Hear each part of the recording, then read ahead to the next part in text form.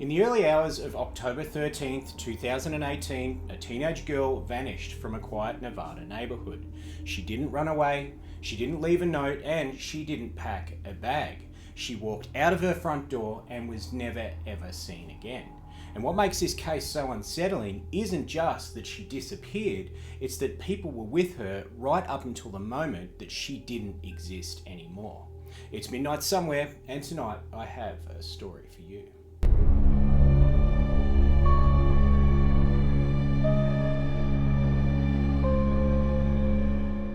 Karlie Guse was just 16 years old, and she lived in Chalfont Valley, Nevada, which is a very small and isolated area surrounded by open land and also two mountains. And friends described Karlie as being quiet, thoughtful, and also too very intelligent. And she was very close with her stepmother, Melissa. Close enough that when or if something felt wrong or off, she didn't hide it. And on the night of October 12th, something actually did feel very, very wrong. That evening, Karlie had attended a party with her friends, and at some point, Karlie became quite distressed, and her friends noticed it almost right away.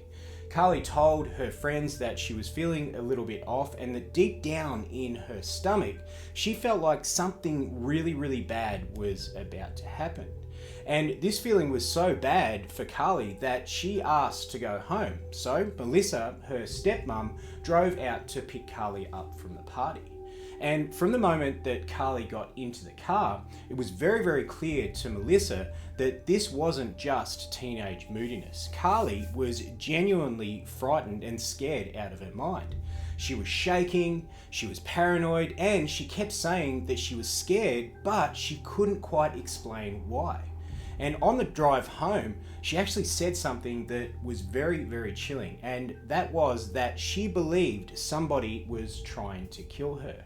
Now, once they got home, Melissa stayed with Karlie. She didn't dismiss her fear. She didn't send her to bed alone. Melissa sat with Karlie because she was genuinely concerned at how upset Karlie was. Karlie paced the house over and over again. She looked out of the windows. She asked Melissa if the doors were locked. And at one point, she said that she actually needed to go outside. But Melissa didn't think it was a good idea and told her not to. Now, Karlie would calm down slightly and then she'd become super anxious again. And she constantly asked Melissa for reassurance. And very strangely, she asked questions that didn't quite connect. She didn't seem intoxicated, she wasn't incoherent, she was legitimately terrified.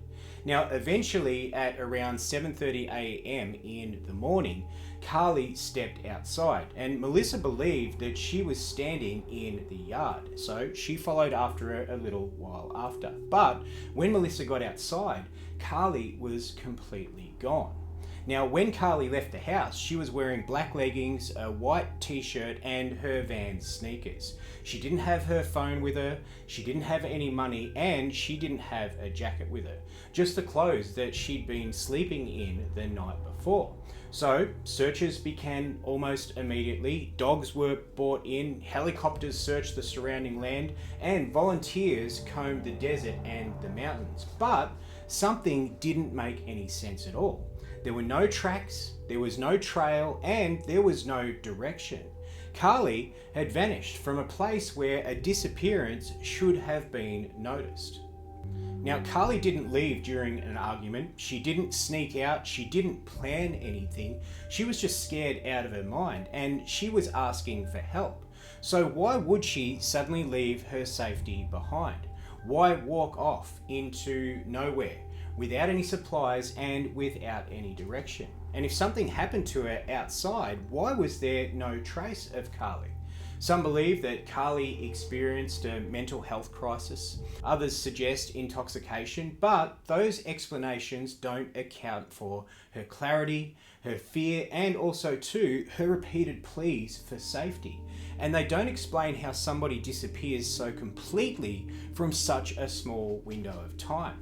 No confirmed sightings, no remains, and also too, no evidence, just complete absence. Karlie Guse didn't vanish from a forest. She didn't vanish in some sort of horrendous storm. She vanished with people nearby, in her own space, and with people close and within reach. And that's what makes this case linger, because it suggests something very, very unsettling. That sometimes people don't disappear because they're alone. They disappear because something inside of them tells them to leave. And once they do, the world closes behind them, and to this day, Karlie Guse has never ever been seen or found. As usual, I would love to hear your thoughts down in the comments, and if you like dark stories told at midnight, make sure you're subscribed, because I upload 3 new stories every single week. And until then, I'll see you at midnight.